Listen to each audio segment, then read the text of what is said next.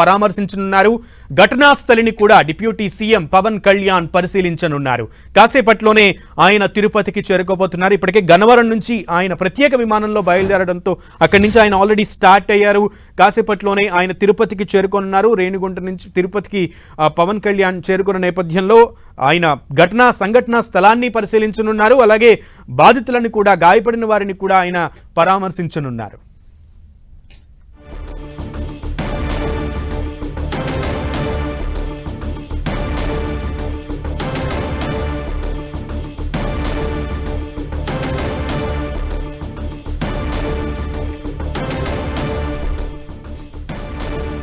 Deputy CM Pavan Kalyan కూడా తిరుపతి బాట పట్టారు. గన్నవరం ఎయిర్పోర్ట్ లో ప్రత్యేక విమానం ద్వారా పవన్ కళ్యాణ్ బయలుదేరారు తిరుపతికి. కాసేపట్లో పవన్ కళ్యాణ్ కూడా తిరుపతికి చేరుకోనున్నారు.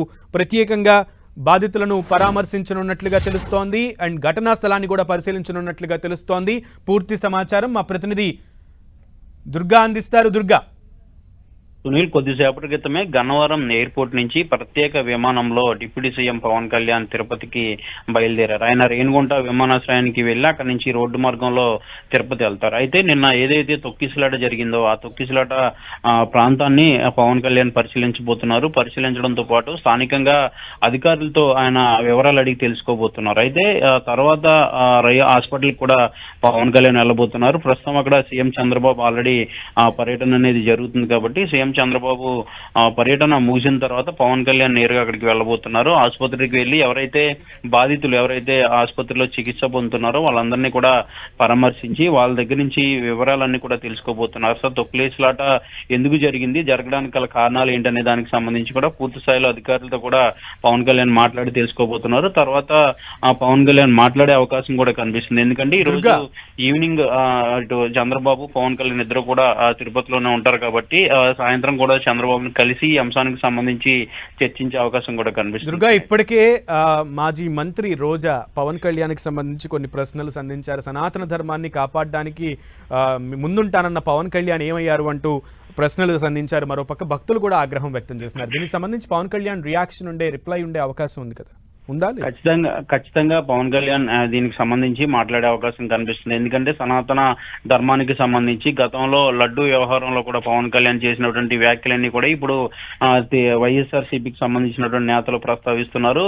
అయితే రాత్రి ఘటన జరిగితే ఇప్పటి వరకు పవన్ కళ్యాణ్ దీనిపైన మాట్లాడలేదంటూ కూడా వాళ్ళు ఆరోపణలు చేస్తున్న నేపథ్యంలో కొద్దిసేపటి క్రితం పవన్ కళ్యాణ్ తిరుపతి బయలుదేరారు కాబట్టి ముందు అసలు గవర్నమెంట్ లో ఉన్నారు కాబట్టి ఏది పడితే అది మాట్లాడలేని పరిస్థితి. కేవలం అక్కడికి వెళ్ళి పరిశీలించిన తర్వాత అధికారులను అడిగి తెలుసుకుని దాంతోపాటు బాధితులు ఎవరైతే గాయాల పాలయ్యారో వాళ్ళతో కూడా మాట్లాడిన తర్వాత వాస్తవ పరిస్థితులను కూడా తెలుసుకుని దీనిపైన పవన్ కళ్యాణ్ మాట్లాడే అవకాశం కనిపిస్తుంది. అవసరమైతే సీఎం చంద్రబాబు ఇద్దరు కూడా సమావేశం కూడా ఉండే అవకాశం కనిపిస్తుంది. ఏదైనప్పటికీ కూడా ఈ మొత్తం వ్యవహారం అనేది ఇప్పుడు పొలిటికల్ తీసుకుంది. ప్రభుత్వంతో పాటు అక్కడ ఉన్నటువంటి చైర్మన్, ఈఓతో పాటు డిప్యూటీ సీఎం అలాగే చంద్రబాబు వీళ్ళంతా కూడా బాధ్యత వహించాలంటూ కూడా వైఎస్ఆర్సీపీ డిమాండ్ చేస్తున్నటువంటి నేపథ్యం ఇటు పవన్ కళ్యాణ్ ఏం చెప్తారనే దానికి సంబంధించి కూడా ఆసక్తికరంగా మారింది. సునీల్, దుర్గా, జనరల్ గా deputy CM Pavan Kalyan actual schedule ఏంటిది? ఈరోజు ఇప్పుడు హుటాహుటిన మారిన స్కెడ్యూల్ ఏంటిది?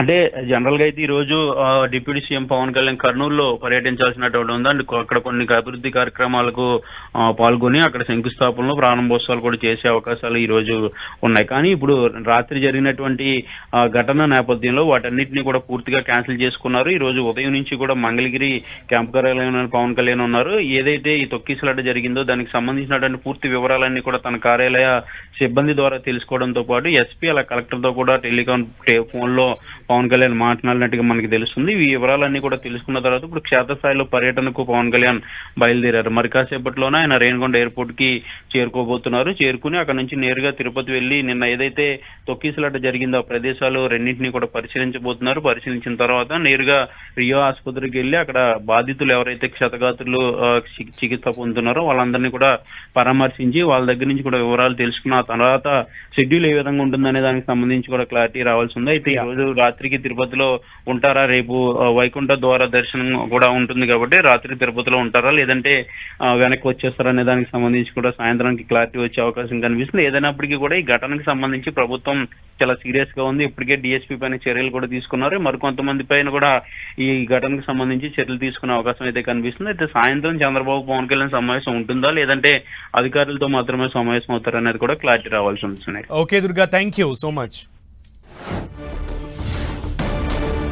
రైట్, తిరుపతికి ఇప్పటికే ముఖ్యమంత్రి చంద్రబాబు చేరుకున్నారు. స్విమ్స్లో ఆయన బాధితులను పరామర్శిస్తున్నారు ఒకవైపు, మరోవైపు డిప్యూటీ సీఎం పవన్ కళ్యాణ్ కూడా తిరుపతికి బయలుదేరారు.